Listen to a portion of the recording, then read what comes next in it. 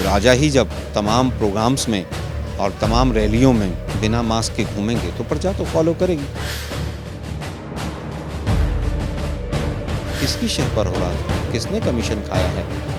आज पूरी तरह से सरकार, ये निकम्मी निर्लज्ज सरकार फेल हो चुकी है। तो आज पूरा देश भुगत रहा है, क्योंकि देश ने कहीं ना कहीं वोट भी तो शमशान और कब्रिस्तान के नाम पर दिया था। पिछले साल जनवरी में पहला कोरोना केस हिंदुस्तान में मिला था। आज 1 साल 4 महीने हो गए, आज भी केंद्र सरकार कह रही है ऑक्सीजन नहीं है। नमस्कार, आप देख रहे हैं टाइम 8 कैपिटल और मैं हूं आपके साथ में शोभित पाठक। इस वक्त हमारे साथ में कांग्रेस के राष्ट्रीय प्रवक्ता आलोक शर्मा जी है।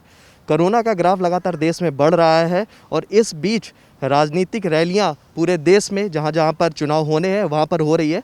वहां पर कोरोना का खतरा क्यों नहीं है, इन्हीं सब मुद्दों पर आज हम बात करेंगे आलोक शर्मा जी से। सर, बहुत बहुत नमस्कार आपका हमारे चैनल में। राजनीतिक रैलियाँ जो है जगह जगह पर हो रही हैं, जहाँ पर चुनाव होने हैं, कोरोना का खतरा इनमें क्यों नहीं हो रहा है, जबकि देश में लगातार तेज़ी से कोरोना बढ़ रहा है? देखिए, मुझे लगता है कि अगर कहीं पर चुनाव होंगे तो राजनीतिक रैलियां भी होंगी। राजनीतिक रैलियों के बगैर प्रचार नहीं हो सकता है, ये सच है। लेकिन जिस समय पर ये सब चुनाव अनाउंस हुए थे, तमाम विपक्षी पार्टियों ने बीजेपी को छोड़कर इलेक्शन कमीशन को भी और मीडिया में आकर भी कहा था कि इनको पोस्टपोन किया जाए। लेकिन क्योंकि बीजेपी को चुनाव लड़ना था, बीजेपी इसको पोस्टपोन नहीं करना चाहती थी। या तो बीजेपी को सेकेंड वेव का पता था, उनको पता था कि हमारी जो विफलताएं हैं वो बार बार आगे बढ़ती चली जाएंगी, इसलिए जल्दी से चुनाव करा लिए जाएं। इलेक्शन कमीशन जो आज एक पूरी तरह से भारतीय जनता पार्टी का कठपुतली बन गया है, उसने ना तो कोई मेडिकल पैनल बनाया, ना कोई मेडिकल कोई टीम कमेटी गठित करके उससे कोई राय ली। वेस्ट बंगाल जैसा सेंसिटिव स्टेट, जिसमें आज कलकत्ता के अंदर कोई बेड खाली नहीं है, 8 चरणों में चुनाव किया गया ताकि मोदी और अमित शाह जी को दोनों को पूरी तरह से चुनाव प्रचार का मौका मिल सके। तो आज पूरा देश भुगत रहा है, क्योंकि देश ने कहीं ना कहीं वोट भी तो शमशान और कब्रिस्तान के नाम पर दिया था। स्वाभाविक है कि जो मोदी साहब पिछले फरवरी मार्च में मानते नहीं थे, लिट्टी चोखा खा रहे थे यहाँ पर बैठकर, और उसके बाद उनकी मंत्री जो साहिबा हैं वो अंताक्षरी खेल रही थी टीवी पर, देश तो भुगतेगा। कोरोना का ग्राफ बढ़ गया है, राजनीतिक पार्टियां भी रैलियां कर रही हैं, इस बीच अन्य पार्टियां भी हैं, कहीं ना कहीं उसमें कांग्रेस भी शामिल है और उसके साथ में सहयोगी दल भी है, उन्होंने भी रोड शो किया, उसमें बीजेपी भी शामिल है। बीजेपी भी लगातार काम कर रही है चुनाव प्रचार का, क्यों नहीं थम रहे हैं? और उसमें लगातार मास्क और सोशल डिस्टेंसिंग की भी धज्जियाँ उड़ाई जा रही हैं। इस बारे में आपका क्या कहना है? एक कहावत है ना, अंधेर नगरी चौपट राजा, टके शेर भाजी टके शेर खाजा। तो राजा ही जब विदेशों तक बिना मास्क के घूमेंगे और राजा ही जब तमाम प्रोग्राम्स में और तमाम रैलियों में बिना मास्क के घूमेंगे तो प्रजा तो फॉलो करेगी। एक कहावत है कि यथा राजा तथा प्रजा, तो राजा को देखकर प्रजा कर रही है। जहाँ तक बात है बाकी पार्टियों की, तो स्वाभाविक है भाई, चुनाव है तो चुनाव लड़ेंगे ना। ऐसा तो नहीं हो सकता कि बीजेपी चुनाव प्रचार करेगी और बाकी लोग नहीं करेंगे। ये तो कॉल इलेक्शन कमीशन को लेनी चाहिए। लेकिन दुर्भाग्य है कि संवैधानिक संस्थाएं आज पूरी तरह से बीजेपी की कठपुतली बन गई। फिर जब बात हम करते हैं कि चुनाव प्रचार के लिए, तो फिर जनता से क्यों उम्मीदें की जा रही, जनता को क्यों मोहरा बनाया जा रहा है इस कोरोना महामारी के दौरान पे? देखिए, अगर सरकार की अपनी विफलताएं होंगी, सरकार तो पहले ही कह चुकी है हम जीत चुके हैं और हमने युद्ध जीत लिया है, हम विश्व गुरु बन गए हैं और हमारा इकॉनमी का ग्राफ वी शेप हो गया। पता नहीं कौन कौन से बयान मोदी जी के हैं, आज तो याद करना भी अच्छा नहीं लगता है। लेकिन दुर्भाग्य है कि 3 दिन पहले तक जिस वैक्सीन के बारे में हम बात कर रहे हैं वो एक्सपोर्ट हो रही थी। 3 दिन पहले तक जिस इंजेक्शन की, लाइफ सेविंग इंजेक्शन की बात कर रहे हैं, वो तमाम कंपनियों ने एक्सपोर्ट किया है। किसकी शह पर हो रहा था, किसने कमीशन खाया है? आज पूरी तरह से सरकार, ये निकम्मी निर्लज्ज सरकार फेल हो चुकी है। लखनऊ में आज वैकुंठ धाम के चारों तरफ टिन शेड लगा के लाशों की गिनती कम हो, ये काम किया जा रहा है। ये सरकार नहीं है, ये लोग तो पाप कर रहे हैं। प्रदेश में अगर हम बात करते हैं, कोरोना का जिस हिसाब से तेज़ी से बढ़ रहा है और लगातार जो मृतक संख्या है उनमें भी इजाफा हो रहा है, और इस बीच एक बात निकल कर सामने आ रही है कि अब वैक्सीन भी ख़त्म हो गई है देश के अंदर, या कई प्रदेशों ने केंद्र सरकार से मांग की है वैक्सीन के लिए। क्या आपको लगता है कि मुहैया हो पाएगी तय समय पर? देखिए, मुझे लगता है कि वैक्सीन बनाने का काम हमारे साइंटिस्ट ने किया। 2 प्राइवेट कंपनी थी, एक ने कोविशील्ड बनाया, एक ने कोवैक्सीन बनाया। दोनों ने अपना काम किया। अब बारी आती थी केंद्र सरकार की, क्योंकि ये डिज़ास्टर मैनेजमेंट एक्ट के बाद वैक्सीन प्रोवाइड करना केंद्र सरकार का काम था। राज्य सरकार तो कोई डायरेक्टली खरीद भी नहीं सकती है उन कंपनियों से। लेकिन दुर्भाग्य ये रहा कि जब देश के पंत प्रधान महोदय सेवक साहब ने जब ये कह दिया कि हम जंग जीत चुके हैं, तो उन्होंने भी अपना प्रोडक्शन कम कर दिया। दूसरी तरफ कहीं ना कहीं पॉलिटिक्स भी हुई है। एक कंपनी का रॉ मटेरियल अमेरिका से जो आता था वो क्यों रुक गया, उनका प्रोडक्शन कम क्यों हुआ, उनको फाइनेंशियल असिस्टेंस क्यों नहीं दी गई।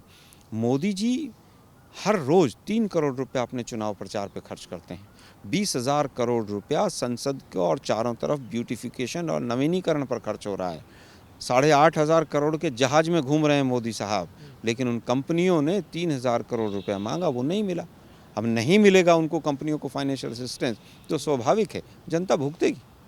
घर घर मोदी हो रहा है ना इस बार। आप देखिए जाकर हॉस्पिटल्स में क्या हालत है, क्योंकि आप अभी तक हिंदू मुसलमान और देश का मीडिया भी दुर्भाग्यपूर्ण है कि पूरी तरह से जिम्मेदार है, खास तौर पर नेशनल मीडिया का एक तबका, जिस देश में 2.5 महीने तक सुशांत राजपूत चलता है, 2 महीने तक रिया चक्रवर्ती चलती है, 2 महीने तबलीगी जमात चलता है। मीडिया ने सरकार को बचाने का काम किया है, सब भुगतेंगे। आपसे जानना चाहते हैं कि लगातार ये जो दौर है एकदम से करवट लिया है। बीच में कोरोना का ग्राफ बहुत ख़त्म हो गया था, अभी पिछले कुछ हफ्तों से ये ग्राफ लगातार बढ़ गया और आज आंकड़े 2 लाख को पार कर चुके हैं। इसका मेन जिम्मेदार कौन है? आप किसे दोषी मानते हैं? सरकार को मानते हैं, जनता को मानते हैं या पूरे सिस्टम को मानते हैं? देखिए पूरा सिस्टम है, 1.25 साल हो गए आज। पिछले साल जनवरी में पहला कोरोना केस हिंदुस्तान में मिला था, आज 1 साल 4 महीने हो गए। आज भी केंद्र सरकार कह रही है ऑक्सीजन नहीं है। किसका कसूर है? 2 चीज़ें हैं, महामारी है, आपदा है। आपदा के समय पर किसके कसूर को निकालेंगे, लेकिन तैयारी किसको करनी थी? जनता कसूरवार है, इसमें कहीं कोई दो राय नहीं है। लेकिन सरकारें जनता पर ठीकरा फोड़ के भाग नहीं सकती, चाहे वो कांग्रेस की राज्य सरकार हो और चाहे वो केंद्र की हो। केंद्र की सरकार को आज एक वाइट पेपर लाना चाहिए कि पिछले 1.25 साल में कितना जीएसटी का पैसा राज्यों को दिया है, कितना पैसा जो इस बजट में सेस में लगाया था पेट्रोल और डीजल में, उसका कितना पैसा गया है। लेकिन दुर्भाग्य है कि जो सरकार पीएम केयर्स फंड का हवाला नहीं दे सकती, हिसाब नहीं दे सकती, क्या हिसाब देगी? मुझे लगता है कि जय श्री राम करते रहिए और कोरोना को बढ़ते रहिए। अच्छा, बंगाल में चुनाव होना है और अभी ये बात निकलकर सामने आ रही थी कि एक जो चरण होगा उसी में सारे चुनाव करा दिए जाएंगे, लेकिन अभी एक खबर आई है कि नहीं, जो चुनाव जिन चरणों में निर्धारित किए गए थे अब उन्हीं चरणों में होने हैं। आपको लगता है कि इससे कोरोना जो महामारी है इससे बढ़ेगी या कम होगी? देखिए मुझे लगता है कि कोरोना जब कुंभ की डुबकी लग सकती है, चुनाव भी हो जाएगा, क्या फ़र्क पड़ रहा है। और जहाँ तक बात है वो 1 चरण में होंगे, 4 चरण में होंगे, ये तो बीजेपी वाले बेहतर बता सकते हैं। इलेक्शन कमीशन को भी नहीं पता होगा, बीजेपी कार्यालय में पता कीजिए, उनको पता होगा। लगातार बेडों की संख्या भी अब कम हो रही है, मरीजों का आंकड़ा बढ़ रहा है और बेड जो है, चाहे वो दिल्ली हो, चाहे वो लखनऊ हो, चाहे वो बंगाल हो, कहीं भी हो, हर जगह बेड जो है वो कम हो रहा है। ऐसे में कैसे काम बनेगा? राष्ट्रीय प्रवक्ता हैं आप कांग्रेस के, कांग्रेस इस बात को कैसे रखेगी पटल पर? देखिए पाठक जी, बेड कम नहीं हो रहे हैं, मरीज बढ़ रहे हैं। बेड तो उतने ही है जितने केंद्र सरकार ने, राज्यों ने अपने फिक्स किए थे। दुर्भाग्य है कि वो पीयूष गोयल साहब एक अहंकारी मंत्री हैं इनके, वो कह रहे थे हमने रेलों को पूरी तरह से कन्वर्ट कर दिया। कहाँ गई भाई वो रेलें? एक वो दिल्ली के अंदर छतरपुर में केजरीवाल साहब ने एक हॉस्पिटल बनाया था, वो डिसमेंटल क्यों कर दिया? कोई कोऑर्डिनेशन नहीं है। एक हेल्थ मिनिस्टर्स की कोऑर्डिनेशन कमेटी तक ये अहंकारी सरकार नहीं बना पाई, कहाँ से कोरोना से निपटेंगे? हम फिर भी प्रभु से कामना करते हैं इनको सद्बुद्धि दें और जनता की सुनें। मेरा अंतिम सवाल आपसे ये है कि दिल्ली सरकार ने अभी एक मीटिंग की है और इस मीटिंग में नाइट कर्फ्यू जो है अब उसको, संपूर्ण लॉकडाउन जो है वो शुक्रवार शनिवार कर दिया गया है। आपको लगता है कि इससे बचाव हो पाएगा? क्या ये 2 दिन का जो कर्फ्यू है इससे बात बनेगी और दिल्ली में कोरोना कम होगा?